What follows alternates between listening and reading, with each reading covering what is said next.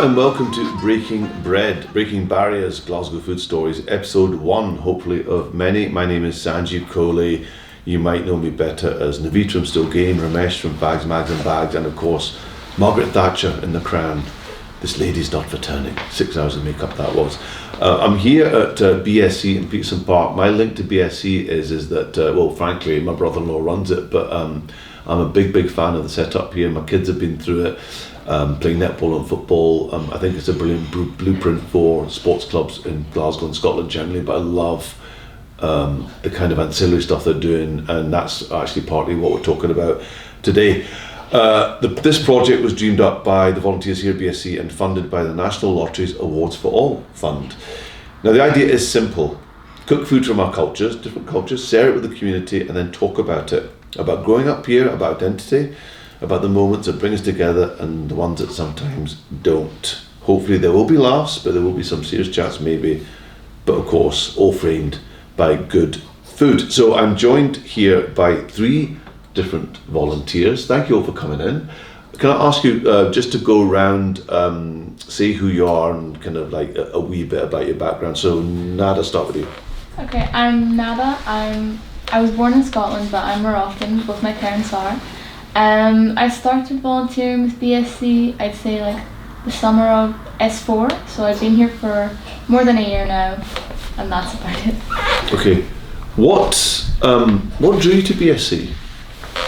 Well, frankly, I wanted to volunteer because, you know, I was a wee bit of an overachiever and I was trying to get to uni and stuff like that. I was like, I'm not doing Duke of Edinburgh, but I might as well volunteer because it gives me some experience. And I just went on like volunteeringglasgow.com and I applied to like 15 places, and I'd say 13 of them did not reply to me, but BSC did. Okay. And how have you found it so far? It's been good. To be honest, when I first started, I didn't really know what to expect because the description on the website was quite vague. And then I started, I was like, to be honest, I really can't cook, so I was like running a cafe, but the setup's been quite good. The girl I work with, Zoe, she handles most of the stuff. Like, we complement each other. The stuff I don't want to do, she enjoys, and vice versa. So I found it pretty easy, and like Zoe's one of my best friends now, and I met her through this, so it's been pretty good for that. I mean, that is obviously part of the story, is that you make friends, and Jenny, give us a wee flavour. So where are you from, and how did you find yourself at BSC? Okay, so I'm originally from China, Shanghai and Hong Kong, and I've been in Glasgow for before COVID time actually. Okay. It's over 5 years already. So basically it was coming to Glasgow University that brought you to Glasgow? Yes, and then after that I graduated and I had field works both in Glasgow and London, and then I quit the job in London and back to Glasgow again, and now I didn't take any full-time job because I just want to take a break for myself and focus on doing something valuable, meaningful for myself. Sure. And because I'm becoming a meditation practitioner. Okay. So I really want to, I got a lot of benefits from it. So that's why I really want to share these techniques and the mindfulness to more people. So I think the dance class is a big, like a bridge, deep connection to make me to build up these links between the meditation, mindfulness, and the mindful lifestyle, and through the physical body movements. Sure. Jean, your story, please. My story. So I'm from Indonesia. I'm 24 years old. Can we just say, full disclosure, I'm drinking jasmine tea from Indonesia. Yeah, you brought? Yeah, it's Javanese tea. Yeah, and it's very nice. Yeah, thank you. So thanks for that. I made that. You made this, yeah. She manufactured the water. No, that sounds good. Anyway, as you were, so Indonesia, 24 years old. Yep, Indonesia, 24 years old, single. So I got here for my master's degree. I had entrepreneurship and technology. And now I'm looking for a job, and that's kind of how I found BSc, because I don't really have any much experience in like actual working environment. So I was looking, maybe I should do volunteers first. And like at first I don't know where to find a volunteers, vacancies and stuff. So I went to the library near my place, and then like the girl was super nice, and she was like, oh, you should go to this website. And then so I went to the website and I was like, oh, maybe I should just try to apply for here. And then like I got it, and like I think people are very nice here. Steve wanted me to help with like marketing stuff, so that's what I'm starting to do. Yeah. Yeah. And Sahara, what's your story? I'm Sahla, I'm 18, from Nigeria. I moved to Glasgow in 2023 because my mom did her master's in Oxford 2022. We moved a year after her, and we came to Glasgow because my sister got accepted here. And yeah, I found BSc because I was trying to get a job and that wasn't working. I was like, okay, I'll just volunteer somewhere for experience, and I saw this place on a random website actually, and then I applied here and I met Nada and Iman and Zoe. It's a nice community. Yeah, so I started working at BSc last year, April I think, and I kind of stopped this April because life going the way. Yeah, life does get in the way sometimes. Yeah. Now, Steve was just saying earlier that I think you're saying that something like maybe 9 out of 10 of the volunteers that come from around the world. It seems to be the way it's played out. Yeah. Are you enjoying that? Are you enjoying the sort of multicultural nature of BSc? Yeah, it is good to meet people from different backgrounds and can kind of like share a story with people. It's good. What about you, Nada? I mean, you were born here, so it's like a different vibe, but yeah. I do think it's nice. Like Zoe, she goes to Hong Kong during part of the year. She always brings me back sweets and stuff, which is definitely a bonus. But for example, in my high school, it was predominantly like white and East Asian, and so I didn't really know many Africans. So I think like Sahla and Iman, they were like the first people I'd met outside of like my mosque or like other community stuff that I was involved with through my parents or through the wider community. Sure. So yeah. So you mentioned sweets. Now I don't know. I mean, you're laughing, but I think food is really important. You know, we break bread together. You know, the word companion means breaking bread with people. That's where that comes from. You know, my mum was a social worker, and she was told that the way to socialise people, the first thing you do is you get them round a table and you eat together. You know, you break bread together, you pass the salt, you pass the whatever, the sumac, whatever happens to be. Is food an important part, do you think, of communicating with everyone really? I mean, is it an important part of what happens here at BSc? I'll throw that to everyone. Yeah, I think so, because if we don't talk about the club, the BSc, because food for everyone, all beings, is the most important thing to keep surviving, right? So, and also another thing I think why the food is a special way or the simplest way to get people together, to get closer and chill, relax. Because, for example, like this kind of the round table in a random restaurant, and sometimes people will we are strangers, we don't know each other, but I came here and eat alone, and you as well, so we probably get closer and then see, what about this? Yeah. What do you think about that? Yeah. It looks nice, and then see the conversation starts.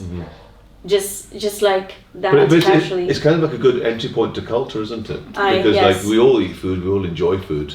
Most of us like trying new things. Yeah. I think an issue. Or do we not? Do you think maybe not? Well, some people probably don't really like trying new things. Like, for example, like my parents really like this one restaurant, and like they would just go there all the time and like always order the same menu. But I do think having food to like get to know each other is definitely like something that is necessary to like. It makes it easier for people to spark conversation. Yeah. Like to start conversations and like talking about, oh, where'd you get that fruit from? Like, have you ever tried this before, and stuff like that. Yeah. I mean, do you find you're quite proud? I mean, you know, I think especially when you come to a new culture or different culture, and I know this from my mum and dad's generation, is that they were very proud of their culture. And like, for example, you know, you made me this Indonesian tea. Yeah. So do you find you're sort of championing your own culture, like you know what I mean, and like you want to spread the word about, you know, like for example, Nigerian culture, Nigerian food, are you quite keen to spread the word? Yes, I am. So when I first started working here, I made jollof rice for Love jollof for rice. the players. I've never tried that actually. Same. I want to try it. Let me be specific. You need to try Nigerian jollof rice. Okay. While we're on it, how many? What's the spectrum of jollof rice? Is it like many countries or? Many, I don't know. They all just have theirs, but in my biased opinion, Nigerian jollof is like the best. Okay. Yeah. And what's in the jollof rice? What's that? It's a process. I mean, I don't like cooking it, but I love giving it to people because I'm like, yeah, that's my culture. Yeah. You don't like cooking it, but you just like eating it. Yeah, and sharing it with people. That's actually one of the things that brought me and my university friends together. Food, because we're very culturally diverse, I would say, from literally everywhere. And I think the first day I met a majority of them, I made a giant tub of jollof for my friends. And I was like, oh, do you want to have some? And then, well... Yeah, we devoured it. No, you had the second batch. The first time was just like half of the people. Okay. But that's how we kind of became friends, I think, through food. So you'd be singing the praises of jollof rice, you'd be singing the praises of... Javanese tea. And what food-wise would you say from Indonesia? What would you be? Oh, rendang. Rendang, I love rendang. Oh, nice. Okay, Love like rendang. I don't know if like everyone knows about rendang, but like tell us about rendang. Well, there's this one time, I don't remember what year was it, but it was kind of nominated to be like the best Indonesian food or something. And like I was like really proud when I saw that. I was like, oh, everyone has to try rendang. Like normally like it's a part of nasi padang. Yeah. If you guys don't know, like in Malaysia they have food called nasi lemak. I think that's more known to people because there's nasi goreng as well, isn't there? Nasi goreng is basically fried rice. Yeah. Is it better than jollof? Whoa. Oh, no. I gotta say that. Good question. She hasn't tried jollof. I haven't. That's tried. I haven't tried. See, this is what we need to. This is the whole thing. It's like you're saying, "Oh, jollof is the best." Imagine you tried. Rendang. You should try rendang first. I mean, I haven't tried it, but I do love my jollof rice. It's really good. Is it spicy? It's quite spicy. Facts. I don't. See, I think as long as it has like spice flavor, it's not just like salt and pepper. I'm good. No. It's not just salt and pepper. It's just. I have to say, look, I know it is a cliche, right? But you know, we're here in Scotland, in the UK, and they have a reputation for the food maybe not being the spiciest. Do you feel that you're bringing the spice? You're bringing the flavors? For me, it was one of the like biggest culture shock for me because when I came here, it's like, oh, food is so good in Nigeria. It's like everything you eat is there's actually flavor, right? No offense, but like when I came here, it's like fish and chips, mashed potatoes, mac and cheese. A lot of the food is white or beige and deep fried. It just is. I mean, it needs to be because it's cold and wet and we need the comfort. Yeah. We need to eat something that resembles a pillow just because it's so cold and it's so wet. Yeah. I do love haggis though. Haggis, yeah. Oh no, not a fan. Not a fan. Haggis is so good. I don't know, like it's something about it. Well, I'll tell you what, right? Because I come from an Indian family. Okay, have you tried haggis pakora? No. Do you know what pakora is? Yeah, I love pakora. What's pakora? So pakora is basically it's kind of Punjabi, so North Indian, and it's usually chicken or veg or fish pakora, it's kind of like a spicy batter and it's deep fried, but you got the Indian spices in the batter. You got coriander, cumin, so you get the Indian vibe in the batter. But the thing is, you can more or less pakora. I'm using pakora as a verb now. Pakora anything. So as long as you can batter it and deep fry it. So like I say, fish, chicken. My cousin's got a restaurant called Murphy's Pakora Bar. You can get chorizo pakora. You can get haggis pakora. Is it basically like fried, like everything being fried with batter? Pretty much. So quite Scottish in that way. But it's more interesting than the batter you get in fish and chips or like a batter bits or whatever. It's more, and it's a marriage of cultures, you see, because it's Scotland meeting India, which I think I personally, I don't know what you guys think. It's like if you were to see something like Moroccan on a menu in a mainstream restaurant, your heart does leap a bit, doesn't it? It's like we made an impact. Do you know what I mean, a cultural impact? I do get what you're saying. Like when I say I'm from Morocco, and people are like, "Oh, I went on holiday there. This and that." I'm like, "Yes, you did." Yeah. I love it. Yeah, Such a nice food. beautiful Yeah. place. So what would you be singing about Moroccan food wise? Moroccan food wise, I like khaira, which is like it's like a tomatoey soup basically with like chickpeas, stuff like that. I wouldn't say it's that interesting food wise. I like couscous, which I think most people know about. Yeah. I feel kind of like Moroccan food is so familiar to me that when I describe it, it's like, how would you describe cheese on toast? You'd be like, there's cheese in this toast. So it's like, I can't capture what I want to say. Yeah. I like hirgma, which is basically like cow's feet, and it's like... Cow's feet? Yes. Okay. I don't want to say it because... That's going to require some selling. No. Sell it to us, please. No, I thought it was disgusting when I was younger, just because like I heard... My mom told me what it was, and I was like, ew, this is savagery. I would never eat this.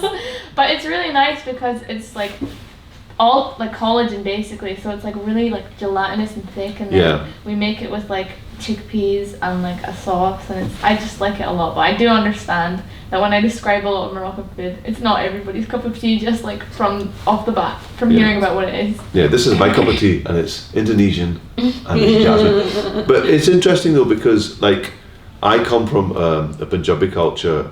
My wife actually comes from the Isle of Lewis in the Highlands and Islands of Scotland, and we eat every bit of the animal because it's about honouring the animal. If you're going to kill an animal for food, then you need to honour the animal, and every part is eaten. So when my mum used to make a biryani, which I would imagine is not as good as a jollof, but it's basically the Punjabi rice dish. I love biryani. So Oh, do you love biryani? Okay. Yeah. So biryani, jollof. So it's going to be jollof, isn't At it? the end of the day, I'm a Nigerian girl. Yeah, exactly. You can't ask a Nigerian where in jollof place it's always going to be one. That's an unobjective view. Not to be fair. But I love biryani. But like basically when my mum would make a biryani, there'd be like chicken's necks in it. And that sounds horrific, but it's actually really, really tasty. And, you know, I think it's important to honour the animal. I haven't had cow's feet before though, to be fair. I mean... I'll give it a go. I like gelatinous food, so you know. I think it's good. Like I boycotted it for years. My mum would eat it with my older sister, and I would refuse to partake. But I tried it once, and I was like, "Wait, this is absolutely delicious." So you know, you kind of need to let go of some biases. So what about you? What are your favourites? What would you like to? What would you feed people if you wanted to impress them with your culture?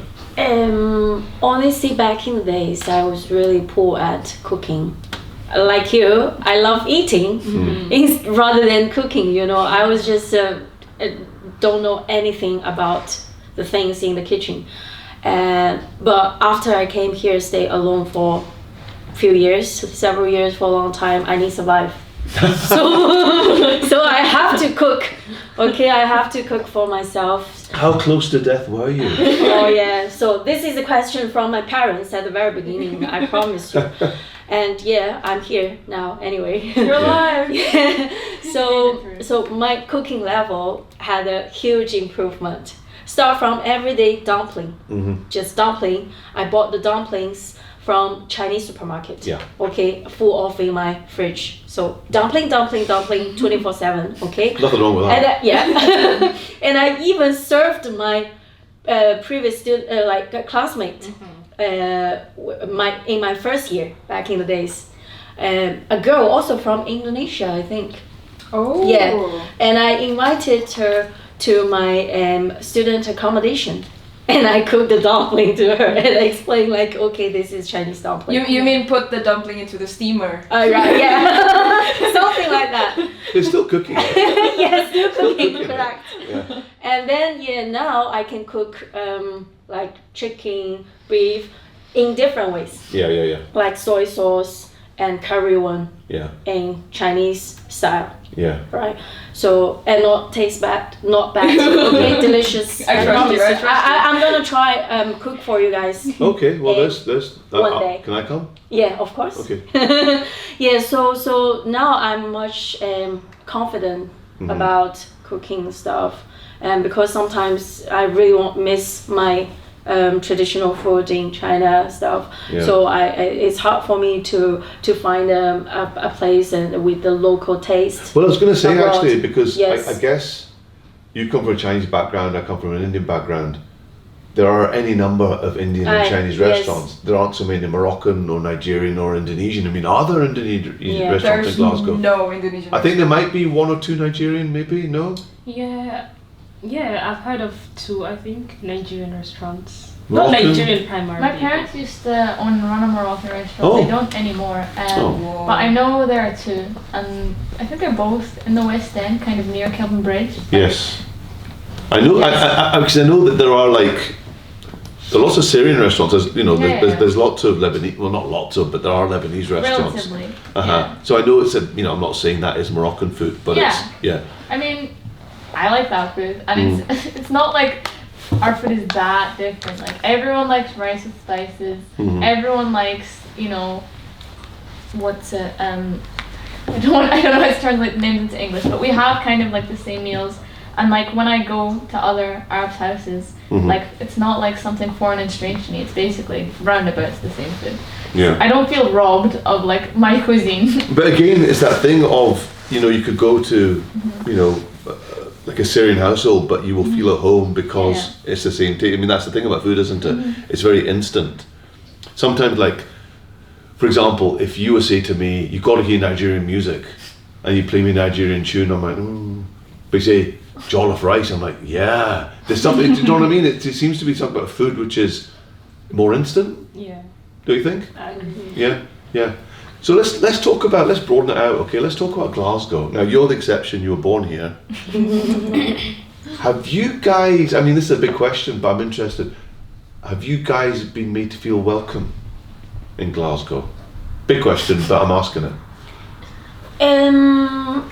Frankly speaking, for me, so overall, my experience was all good and nice because I mentioned I've been worked in London as well and in Glasgow, so I would say people from England and from Scotland quite different. Okay. Right. Okay. I mean, yeah. No, do you know what? I think that, but your perspective is much better than mine because you lived it. Yeah.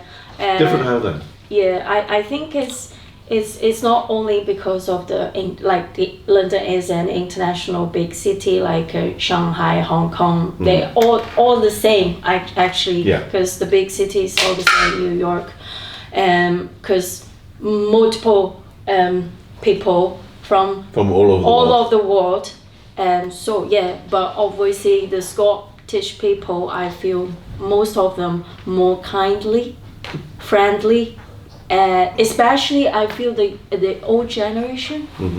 I don't know about the history. Maybe they had the good relationship with Asian people or with China particularly. I don't know, but yeah, I feel definitely welcomed by most of people, except during the COVID time I had some bad experience. Well, there were a lot of misinformation and stereotypes flying around, not helped by certain people that were in the White House at the time, but yes. So you felt it a bit then.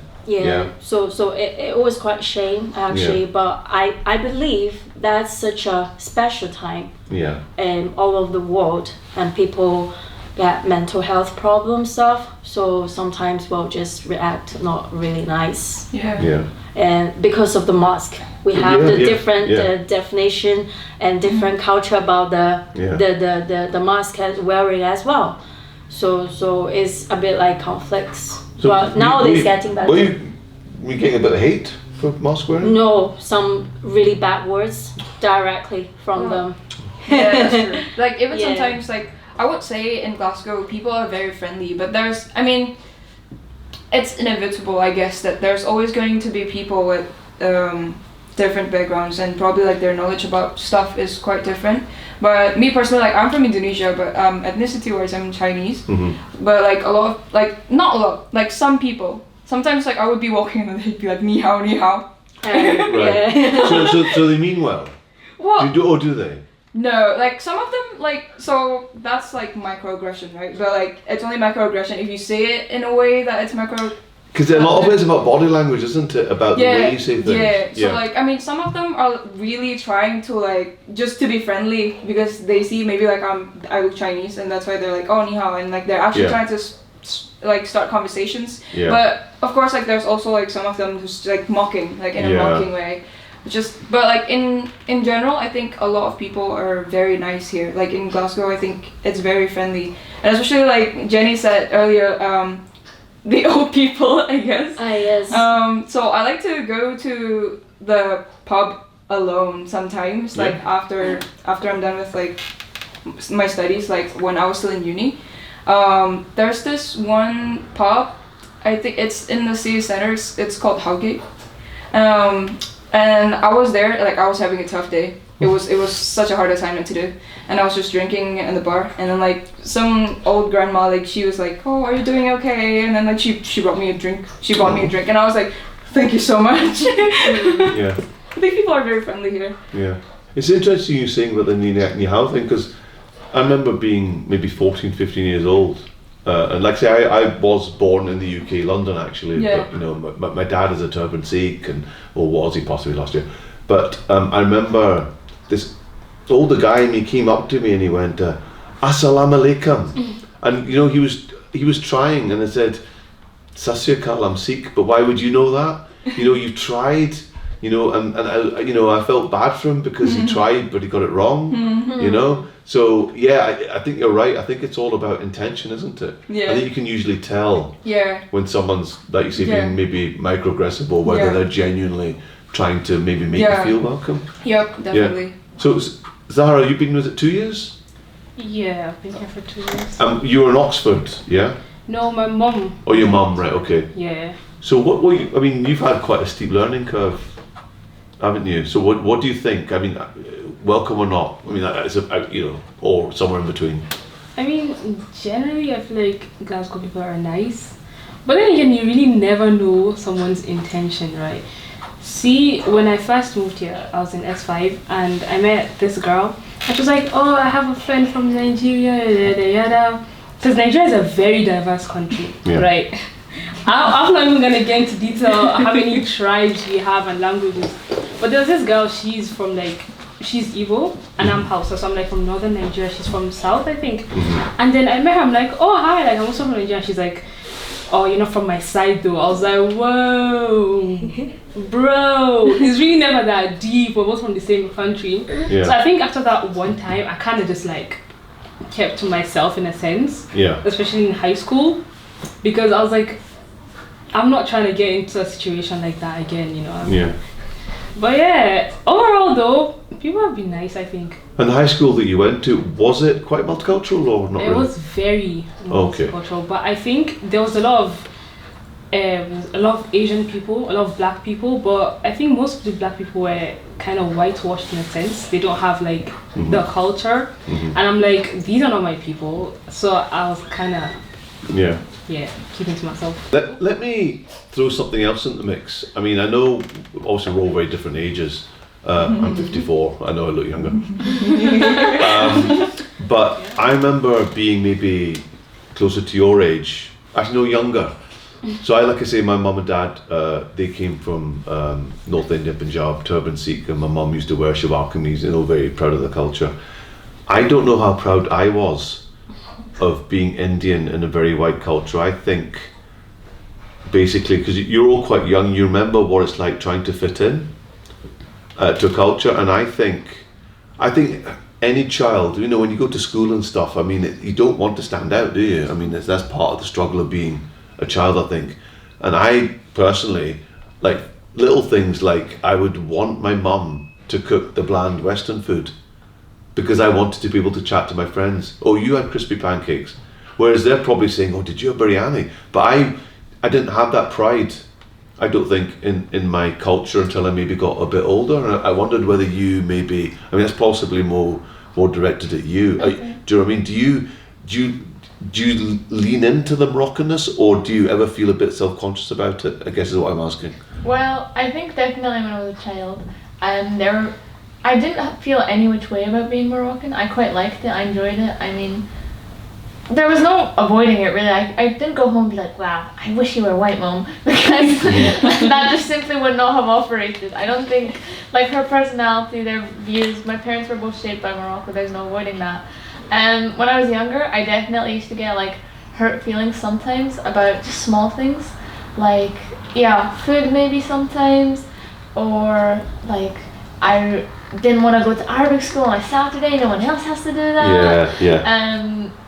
But I think like I like Morocco, and when I was a child we used to go back home to Morocco every summer and we'd see our family and we'd see our grandparents, and I think because I got to experience Morocco so much and I really enjoyed it there and I loved it a lot there, and so it wasn't like I could ever feel badly about being Moroccan because it was a place I loved so much and I have like so many happy memories there. I enjoyed it, like they were the best summers. And do you think it needed for you to go to Morocco and not be the minority? Do you know what I mean? To feel that way? I do understand what you're saying. I do think like when I'm in Morocco, sometimes it is very nice to be like totally anonymous, because here, yes, I am anonymous, but in a crowd, like I can't just like vanish because I don't look like everyone else in the crowd. But I mean, it was nice to be basically the default because no one can really comment about, you know, like I remember as a kid a lot of people would touch my hair because it was really curly and I had it cut in like a wee bob, and they just like put their fingers through it without my permission and they'd be like, wow, it's so this, or they just like, I remember being compared to a dog sometimes, like a curly-haired dog, and that really annoyed me. I think like some of people just said it like, as a kid I wasn't like they're being hurtful on purpose. Sometimes it's just a childlike curiosity which, you know, you wouldn't maybe characterize as racism. Yeah, I think it depended on how I felt at the day, because I think someone, if they say something and it's just pointing out a difference, if you're already like insecure, you feel a certain way about that difference, then it becomes like, that was a really hurtful experience. But if you're someone who's secure in that, you're like, yeah, that's just the way things are, isn't it? So, I mean, I did like have a phase when I was younger, like I remember being really young and I saw my mum painting the wall white and I was like, light bulb moment, I know what I'm going to do when I turn 18. I'm going to blend in and buy a blonde wig. Really? I do remember that idea forming in my head at like maybe 4 years old. Wow. Oh. Because I mean, but then on a more serious note, right? We all read the papers, we all see horrible stuff online. You know, all the stop the boat stuff. And anyone, you know, there are certain people that if they see someone visibly different, they assume certain things, yeah? Have you been made to feel other more recently with this current atmosphere? You're sort of shaking, nodding your head there. When I first moved here, right, whenever I would tell someone I'm from Nigeria, they go, Nigeria, like they know anything about the country, and then they go, why is your English so good? I'm like, oh my god, no, because that pissed me off so much. I'm like, do you just assume we do not speak English, or do you not know we were colonized by the Britain? I'm not getting it here. And see, when I did my foundation apprenticeship mechanical engineering, and in my college I was the only girl, I was the only black person, and I was the only Muslim, so I was like a triple threat. Yeah, I'm like black woman, hijabi, so I was just like standing out. There's no way you could just walk into the class and not notice me. And I always felt so weird until this other girl, she's Eritrean, she joined me, so we're kind of like, but at the end of the day I was the only Muslim as well, so I kind of felt like I was just out there. And I won't forget, there was this one day, my friend, she wasn't in that day, we were having a lab, and then the lecturer was saying something about, on a Friday night your worry is to go out and have fun, not to feed some random poor kid in Africa. And I turned to him, I'm like, and he looks me like dead in my eyes, like, do you have anything to say? And I was like, whoa. That guy, he was American, right? He was low-key so racist. I was like, whoa. That wasn't the first time. There was another time I was saying in class, we had an assignment, right? And one of the other lecturers was saying how everyone did poorly, and he was using mine as an example, saying, oh, she did really good. And then he displayed it on the board and he was telling them, like, y'all should use it as an example.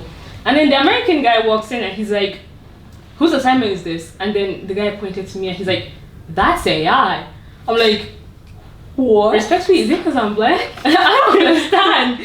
But seriously, I mean, he just turns to me and he's like, that's AI. And it hurt me so much because I spent endless hours like working and sweating to get this thing right. Yeah. And then he just comes in and he's like, that's AI. Because the assignment was very specific. You had to go to this website and get the rules and regulations from their website and then write it down. And there really isn't much you can do to paraphrase it. It's at the end of the day is the rule. You can't change it too much, right? And him saying it's AI, I'm like, bro doesn't even know the assignment. He doesn't even know what it's about. He just looks at it for 2 seconds and concludes it's AI because it's mine. Wow.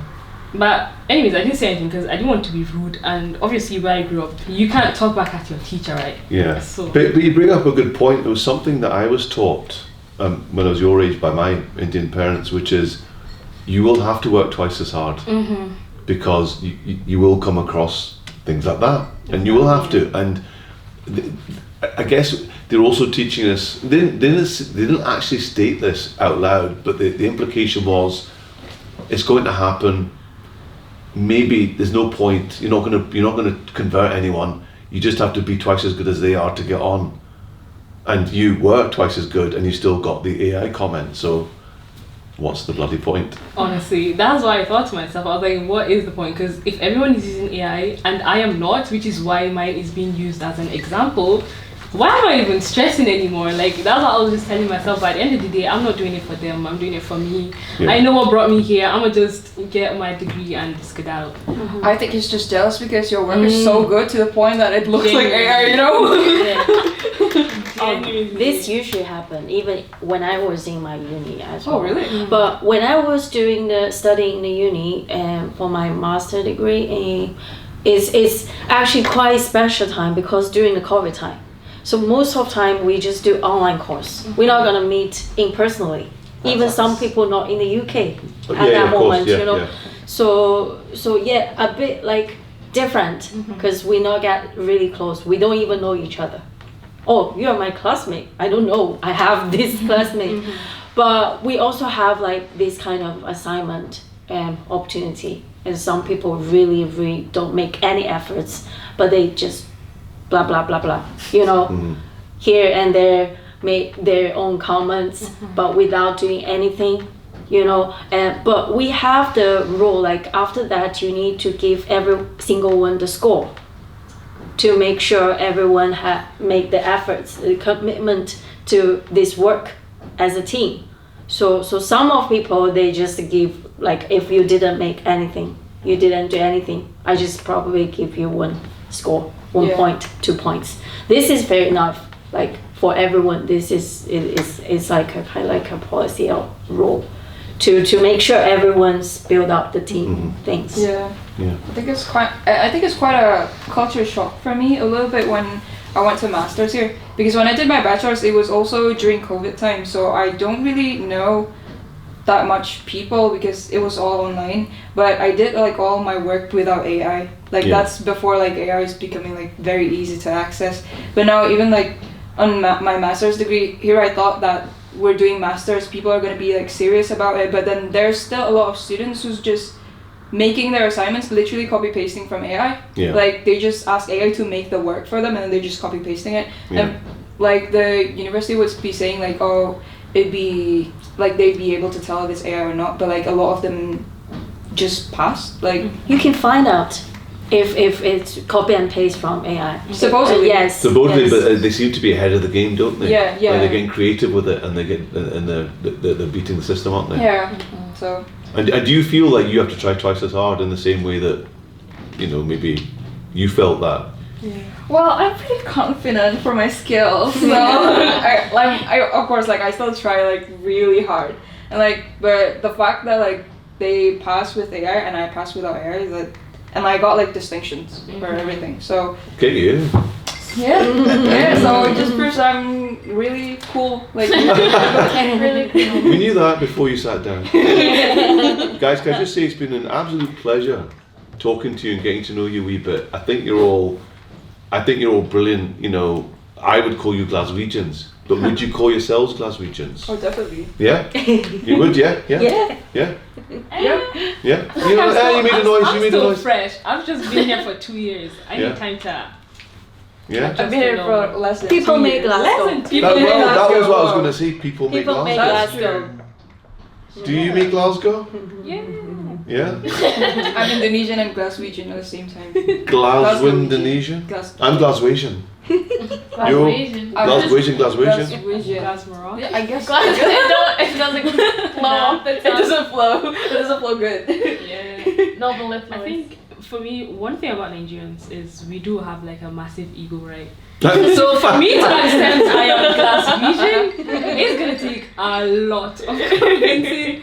It's not Glasgow, it's just me. But this is the thing, is that like again, growing up with this kind of identity, not crisis is too strong a word, but you know, I'd say, am I Asian? Am I Indian? Am I Scottish? Am I British? Am I Specky? Yes, I am. But there's so many things you can pull on, and I think it's only when I've got older that I realised I can be all of those things simultaneously. It's not like one negates the other. Yeah. I can be Asian and Scottish and British. Do you know what I mean? Yeah. I mean, I don't know where you guys are at your stage in your lives, whether you feel that you can be the whole thing and it's not an issue.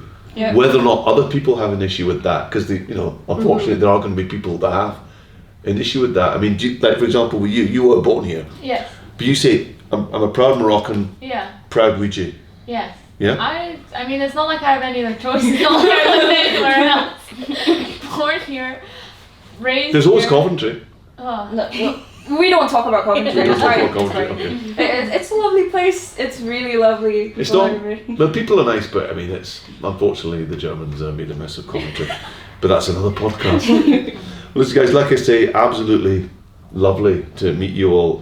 Give yourselves a wee round of applause, please. Salah, Jean, Lana, Jenny. Thank you for sharing the table with us. Join us next time for our holiday special. Yes. And remember, Pizza Park is an open kitchen, literally and figuratively. If you've got a dish to share, a story to tell, a play you want to produce, didn't even discuss that, or the dancing thing we only touched on briefly, a dance you want to teach, come down. Until then, keep cooking, keep talking, and we'll see you down the road. Thank you, guys. Thank you.